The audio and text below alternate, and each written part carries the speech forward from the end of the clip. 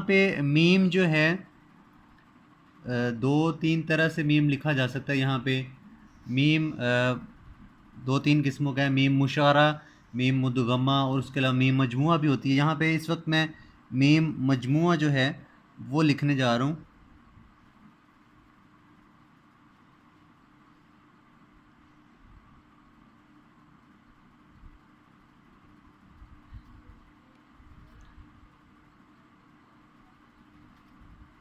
ये मीम मजमुआ की शक्ल है।